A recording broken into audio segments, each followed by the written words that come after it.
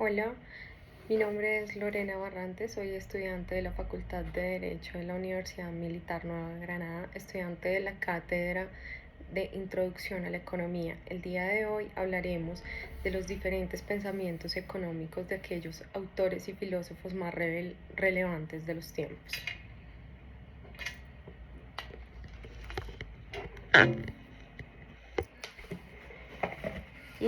Iniciaremos con el pensamiento económico desde la antigüedad hasta el socialismo.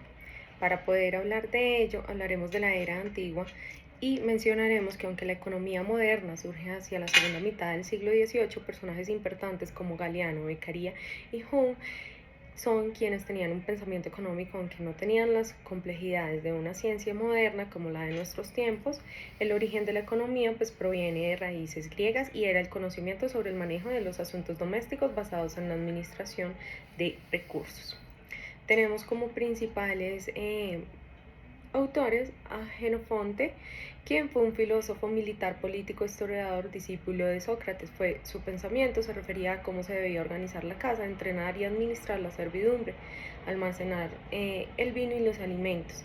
Si la economía puede definirse como la ciencia que estudia la administración de los recursos, resalta entonces la idea de que un objeto es un bien para el individuo que lo necesita, es decir, que tiene un valor de uso. Hablamos también de Platón. Platón analizó toda la estructura política y económica del Estado, la división en clases, la división social del trabajo, y aborda el tema de la circulación de los bienes y concluye que se realiza a través del mercado y que se usa el dinero como medio de intercambio. Luego, más adelante, tendremos a Aristóteles. Aristóteles fue el pensador griego que más aportes hizo a la economía, el que más se acercó a las ideas que se conciben hoy en día como ciencia económica. Aristóteles considera que la distribución de partes iguales entre personas desiguales sería injusta. Luego tenemos a el filósofo Alberto Magno, profesor filósofo, quien comentó ideas de Aristóteles. Alberto Magno condenó el monopolio por ser una confabulación para manipular los precios, pues esto aduciendo que en el orden económico los bienes se miden en relación al trabajo y a los gastos.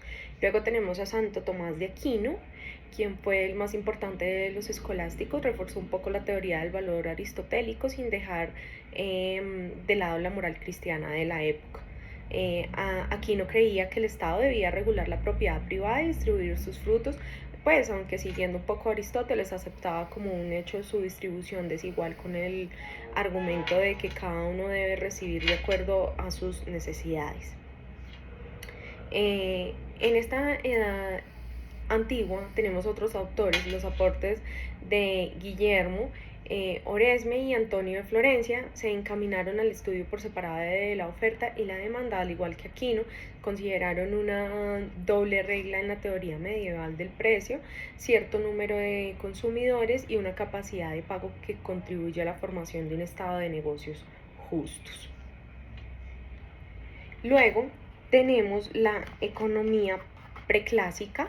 Acá hablamos de la Edad Media, dominada por formas de organización política feudal y un sistema económico señorial. Tenemos a Thomas Hobbes, a Kant y a Colbert. Hobbes decía que el mercantilismo, que surgió junto con el naturalismo de los escolásticos asumidos por Thomas Hobbes y John Locke, se compartió con ellos la idea de que la libertad y la propiedad son derechos naturales y que el papel del Estado era asegurar la convivencia de los ciudadanos en libertad. Kant decía que tiene una gran importancia la apertura comercial de la Gran China mongola, generó un intenso intercambio de bienes y que permitió que Europa accediera a un conjunto de conocimientos científicos. Y Colbert, como ministro del rey francés Luis XVI, pues se convirtió en una de las principales figuras del mercantilismo. Luego tenemos a William Petty, que fue uno de los primeros pensadores en trabajar sobre la medición de las variables económicas. Su interés se basó en los problemas prácticos que surgían en la economía pues, de la época. En la teoría del dinero le daba las tres características del dinero, que son patrón, valor, medio de cambio y depósito de valor. También hablaba de que el dinero no constituye una medida absoluta de valor debido a que este valor varía pues, de acuerdo a la oferta y la demanda. y sobre el valor atribuye el trabajo común, activo, capaz de generar riqueza. Luego tenemos a Bernard, filósofo británico, quien tenía la idea de la división de trabajo, mejora la productividad y afirmaba que la nación se beneficiaba con la existencia de una población numerosa. Luego tenemos a Cantillon, que fue un economista que se destacó por pensamientos modernos, tales como su objetivo de establecer los principios básicos de la economía mediante procesos de razonamiento y su propósito de recopilar datos para utilizarlos en el proceso de verificación de sus principios. También estudió el trueque, la secuencia entre el valor de la producción, el valor de mercado, la circulación monetaria y el crédito, de los cambios y las causas de los tipos de interés, el comercio exterior y la banca. Luego tenemos a David. David fue un mercantilista con ideas de la economía clásica. Afirmaba que el incremento de la moneda circulante en un país con superávit comercial haría aumentar los precios y en los países que presentaran déficit harían descender los mismos. Luego tenemos la economía clásica. En la economía clásica a estos autores se les reconoce el haber dado inicio a la ciencia económica tal y como lo conocemos hoy, lo cual es un conjunto de ideas expuestas por autores ingleses en el periodo comprendido entre 1776. Adam Smith fue uno de los autores más destacados, dedicado a la economía desde 1763. Tenemos a John Stuart Mill, que fue tenía una secuencia que opera de la siguiente forma. Tenía la división de trabajo, el crecimiento de la producción, extensión de los mercados, intensificación de la división de trabajo, aumento de la productividad laboral, y estas etapas se suceden haciendo un círculo compenetrado del desarrollo. Adam Smith y John Stuart hablaban de la teoría del valor considerando al dinero como una medida de monetaria con defectos, pues el valor del mismo cambia con el tiempo. O sea, de esta forma se propuso distinguir entre los precios reales de las mercancías y los nominales. Se planteaba que una especie de equilibrio natural entre la oferta y la demanda era regido por los intereses individuales que se manejan en el mercado. Luego tenemos a Thomas Malthus. La teoría de Malthus contrastaba con la idea de Smith respecto a que el incremento de la población impulsaba el progreso económico. La tesis de Malthus pues se resume básicamente en los siguientes puntos. Primero pues era la población crece más rápido respecto a la producción de alimentos. Segundo, cuando se aumenta la producción de alimentos por encima del crecimiento de la población, se estimula la tasa de crecimiento. Y por último teníamos que si la población aumentaba por encima de la producción de alimentos, el crecimiento se frenaba debido al hambre, las enfermedades y las guerras.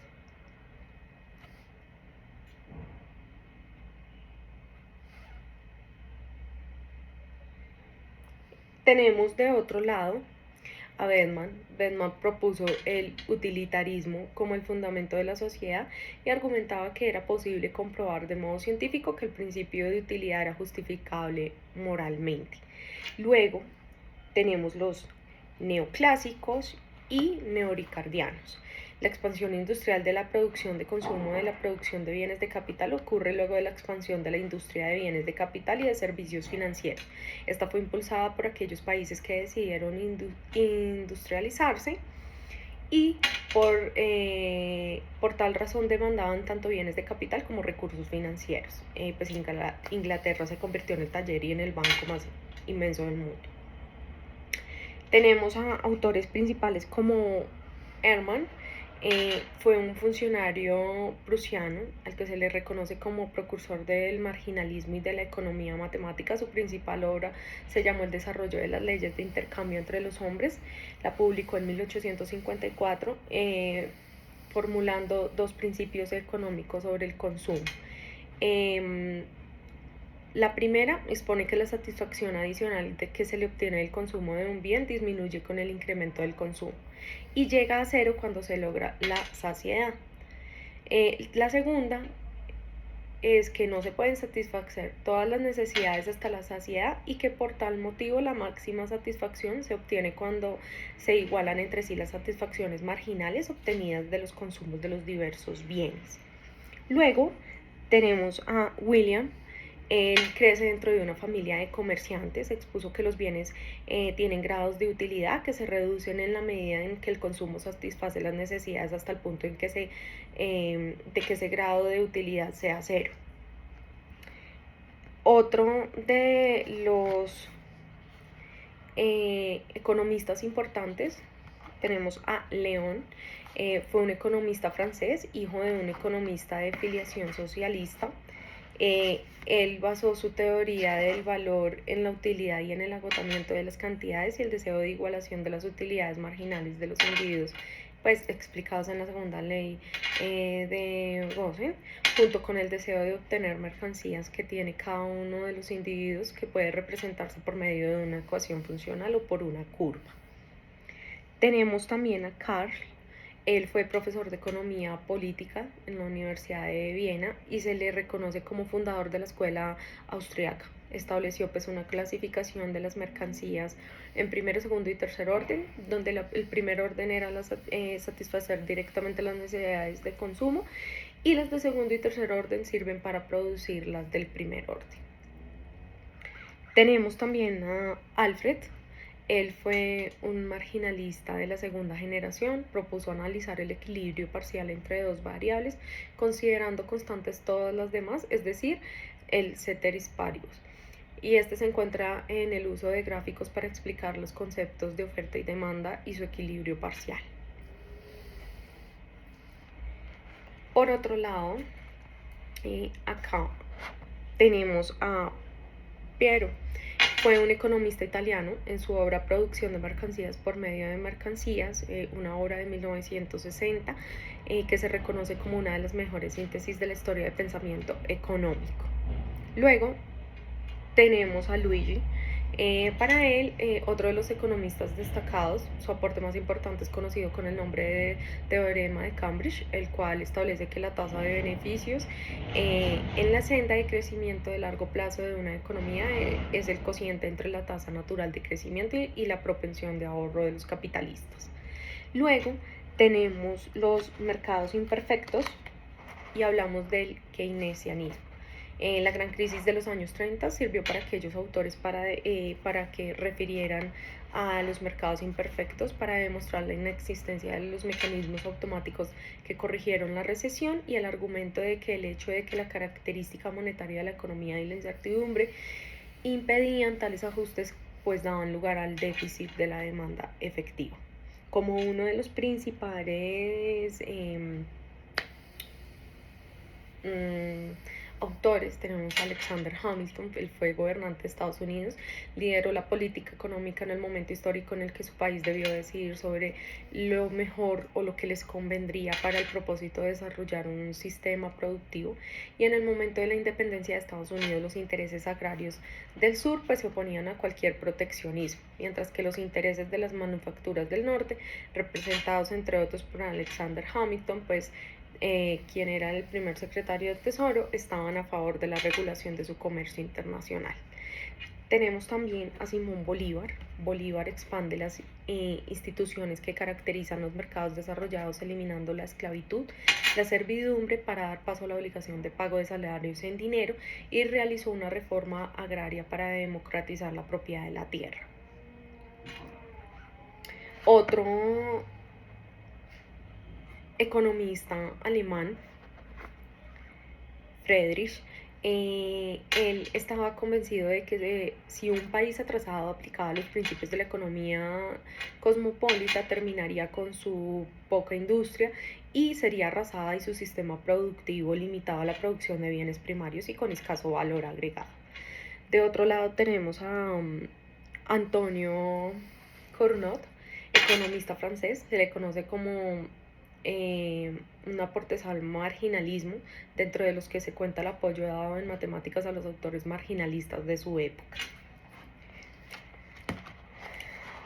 Tenemos a Edward Chamberlain. un economista estadounidense y profesor de Harvard que dedicó gran parte de su trabajo al estudio de mercado con imperfecciones como el monopolio, el oligopolio, la economía de escala y la competencia no relacionada con los precios. También tenemos a John Robinson. Él expuso que las empresas no solo deciden cuánto producir, sino que además deciden a qué precio vender, de lo que concluye que los monopolios tienen un gran poder de afectar el bienestar. Luego tenemos a Paolo. Para este autor, las empresas que se propongan participar en ese mercado deben tener una cuenta tanto en su tamaño como sus posibilidades que tienen de hacer mercados, de absorber una oferta mayor, primero a precios menores si el mercado es expandible, y luego si hay iguales si el mercado tiende a expandirse, y tercero pues a precios menores si el mercado tiende a expandirse pero el empresario quiere crecer a un ritmo muy acelerado. Tenemos a John Keynes. Su aporte más importante a la economía consistió en el análisis de las causas de la prolongada recesión económica sufrida en los años 30, afirmando que en una economía monetaria pues es posible que las familias retengan parte de sus ingresos sin que los empresarios puedan saber qué demandarán las familias en el futuro con este ingreso retenido. También tenemos a Davidson. Él propone un sistema internacional de comprensión mediante contabilidad cerrada y de partida doble que registre los movimientos entre los diversos países y regiones comerciales. De otro lado tenemos a Adrian Good. Él se propuso explicar los determinantes de la margen de ganancia a largo plazo, definido pues este margen como la razón de las ganancias sobre las ventas, y para él el margen de la ganancia es una decisión de largo plazo que depende de la capacidad instalada pero no de las fluctuaciones de la demanda en el corto plazo. Tenemos a Raúl, el más importante pionero de la economía del desarrollo, pues él expuso una visión de países capitalistas con tres temas centrales. El primero pues era el progreso técnico, que era una variable fundamental de la que depende el crecimiento de la productividad y constituye un factor exógeno para las economías menos desarrolladas. El segundo era un crecimiento que dependía de la acumulación del capital. Y el tercero era el capitalismo tardío y periférico de América Latina mediante la distribución de ingresos, que era inflexible por lo que bloquea el cambio técnico y la modernización institucional. Acá tenemos a Kaldor, asesor de varios países subdesarrollados, afirmando que el vaciamiento de los mercados ocurre cuando existe un salario justo y económicamente eficiente. Tenemos a Kalecki, economista polaco. Él aduce que el Estado debe liderar un plan coordinado de inversión con el fin de evitar el desperdicio de esfuerzo. Y tenemos a Anthony. Él era un economista inglés, puso en términos matemáticos la idea de los mercantilistas sobre la restricción del crecimiento originada en el comercio exterior. Es decir, que un país solo podrá pues crecer a una alta tasa si promueve sus exportaciones y regula sus importaciones. Luego tenemos el socialismo para finalizar. En este los socialistas se caracterizaron por la importancia que le dieron a la naturaleza sin que pues se opusieran a las industrializaciones. Perseguían pues una sociedad caracterizada por la paz, la igualdad, la armonía, y llamaron la atención sobre la injusticia del sistema económico sin estudiar en detalle su dinámica. Además, todos ellos pues intentaron poner en práctica formas de compensar esa injusticia mediante diversas propuestas de desarrollo económico. Dentro de estos críticos importantes tenemos a Conde, quien fue un crítico de la propiedad privada por considerarla una fuente de disturbios y porque como monopolio pues otorgaba derechos a la apropiación de la renta sin trabajar, como lo hacen los industriales y los obreros. Tenemos a Charles. Él no creía necesario la abolición de la propiedad privada, pues consideraba que al reunir ricos y pobres la mayor parte de las diferencias entre ellos desaparecerían. Intentó poner en práctica pero no obtuvo un éxito notable y trascendente. Y tenemos a Robert Owen, fundador del movimiento cooperativo, promovió el sindicalismo, fue fundador del primer sindicato inglés. Owen creía que la humanidad podría avanzar si se mejoraban las condiciones económicas morales de los individuos de la sociedad. Luego tenemos a Marx y Engels. Ellos fueron de los autores más importantes, propusieron dilucidar las peculiaridades de la formación y funcionamiento del sistema económico capitalista, entendieron el desarrollo histórico como una lucha de clases cuyas etapas eran impulsadas por el desarrollo de las fuerzas productivas en un proceso dialéctico de acumulación de cambios cuantitativos que daban lugar a grandes saltos cualitativos. Ellos entendieron el desarrollo histórico como una lucha de clases cuyas etapas eran impulsadas por el desarrollo de las fuerzas, pensando en violencia.